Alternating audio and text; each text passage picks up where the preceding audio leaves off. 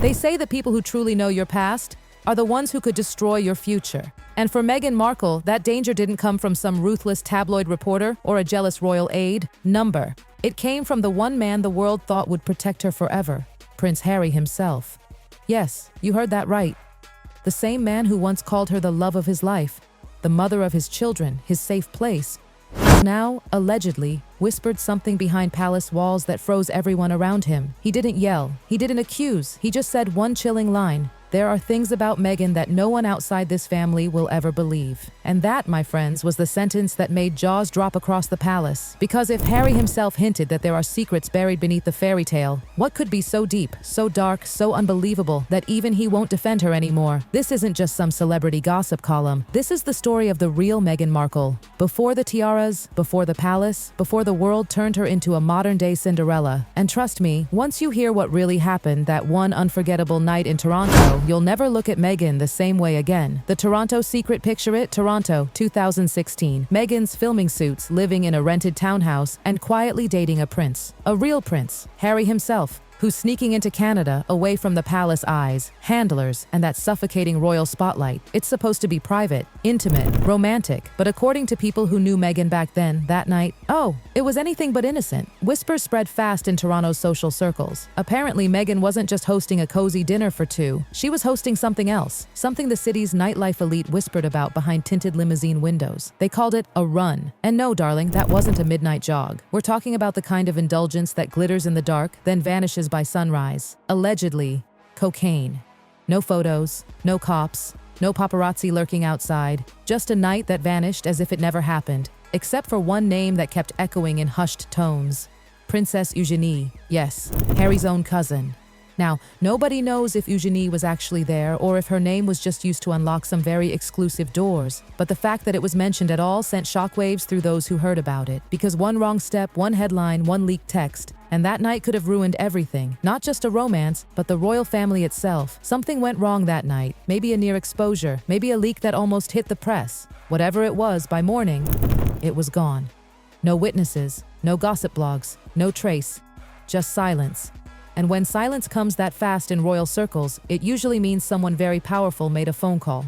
Rumors say palace connections were pulled, money changed hands, the whole thing wiped clean like it never existed, because the royal family could not afford a scandal involving Harry. And Meghan, she was still new enough to vanish from the record completely. So the night disappeared, buried under cash, influence, and whispered warnings. But for those who were there, they saw something unforgettable. Meghan Markle wasn't shaken. She wasn't scared. She was calm. She was composed, and she was completely in control of the chaos around her. Before the tiara, Jamaica, 2011. To understand how Meghan could walk through that kind of storm like it was nothing, you have to go back to the man who really knew her first, Trevor Engelson. Their wedding in Jamaica back in 2011 wasn't royal. It was wild. Hot sun, loud music, endless laughter. And according to guests, one moment no one ever forgot. Not the vows, not the first dance, but Meghan sitting down and rolling more than 100 joints for her guests. Yes, you heard that right. 100. It wasn't a joke or a cute party trick. It was an operation. She wanted the mood perfect, the vibe electric, and everyone blissfully high on happiness. And whatever else she provided. Back then, friends laughed and said, "Oh, she's the cool bride." But Trevor saw something different. He saw a woman who didn't just enjoy the chaos.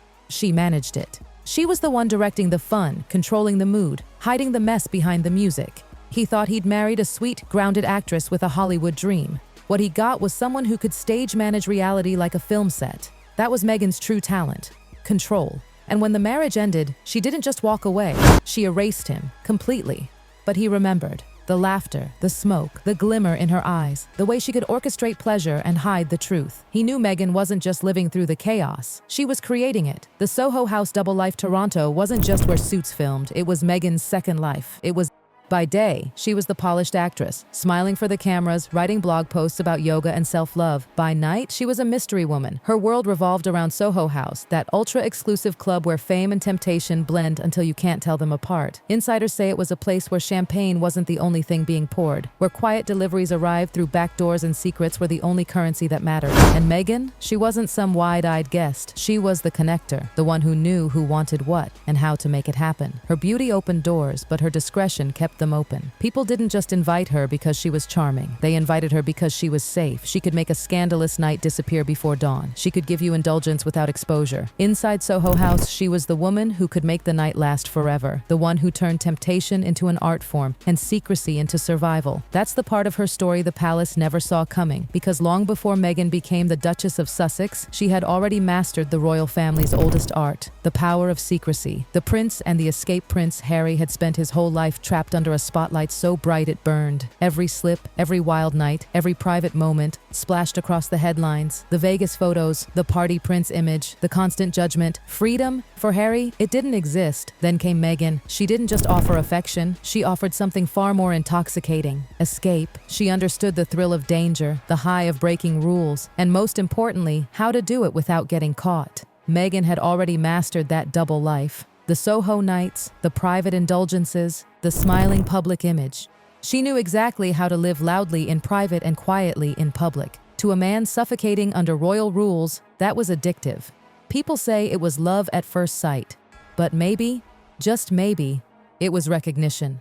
Meghan didn't judge Harry's darker side. She managed it. She controlled it. She made rebellion feel safe. And for the first time, Harry didn't feel like a royal underwatch. He felt like a man who could finally breathe. She wasn't just his girlfriend. She became his protector, his escape route, his freedom. But freedom always comes with a cost. And in Meghan's world, freedom meant reinvention.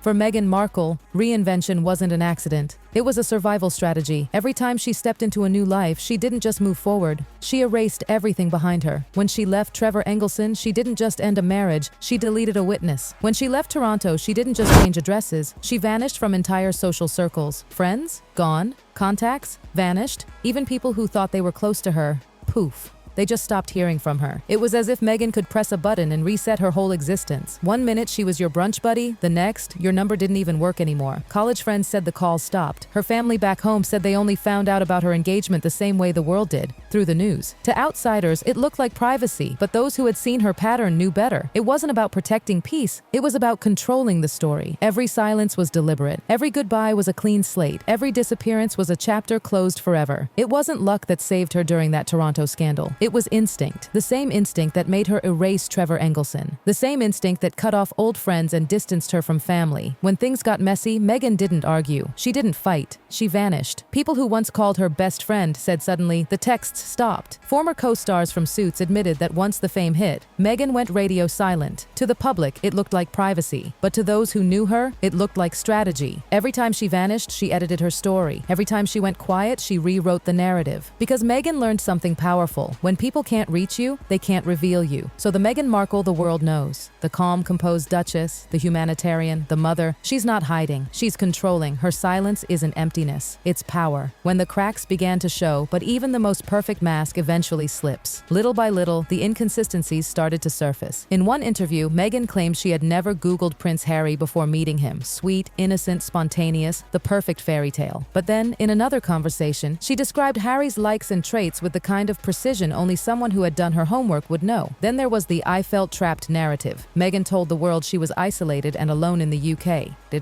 But flight records later revealed trips to New York, Italy, Amsterdam, multiple getaways during her trapped period. And who could forget the mystery surrounding Archie's birth, the secrecy about which hospital, the missing details on the birth certificate, the refusal to confirm who delivered him? None of it was scandalous on its own, but together it painted a familiar picture: control. Meghan didn't just protect her privacy, she curated it. Even the palace began to notice. The palace erases the myth. At first, Meghan's official royal biography on the palace website was glowing. It painted her as the ultimate success story. Double major at Northwestern, fluent in several languages, humanitarian work, the whole dream package, but then, quietly, it changed. Those academic boasts, gone. The fluent in multiple languages, deleted. The humanitarian honors, trimmed. What remained? Just one simple line: Meghan Markle, actress, best known for her role in Suits. For an institution that weighs every word with a crown's worth of care, that edit wasn't random. It was a message. The palace that once helped craft her fairy tale had started pulling the strings back, word by word, title by title. They were rewriting her story too. Who is the real Meghan Markle? So, who is Meghan Markle, really? The Hollywood dreamer chasing fame? The Duchess who walked into Windsor Castle with the world's eyes on her? Or the strategist who built her own legend, piece by piece, while erasing everything behind her? Because here's the truth. Meghan didn't stumble into power. She constructed it. She learned early that people believe what you show them and forget what you hide. She could shape atmospheres, twist narratives, and glide through scandal untouched. Trevor saw it first. The bride who could roll 100 joints and still look like the picture of grace. Toronto saw it next. The woman who could orchestrate indulgence and erase every trace before dawn. And finally, the palace learned it the hard way, when they realized Meghan had mastered their own oldest weapon: secrecy, silence, reinvention. Every new version of Meghan buried the last one. Every new title, every new face, every new cause, built on top of layers of quiet erasure. And maybe that's why the world can't stop talking about her. Because for every polished photograph, there's a whisper hiding just out of frame. For every speech about compassion, there's a shadow of control. And for every version of Meghan the world celebrates, there's another one buried somewhere beneath the silence she left behind. The truth about Meghan Markle isn't what she's hidden, it's what's still waiting to be uncovered. Because when the lights fade and the cameras go dark, one haunting question remains. Was Meghan Markle ever the woman we thought she was? Or was this all the greatest performance she ever gave?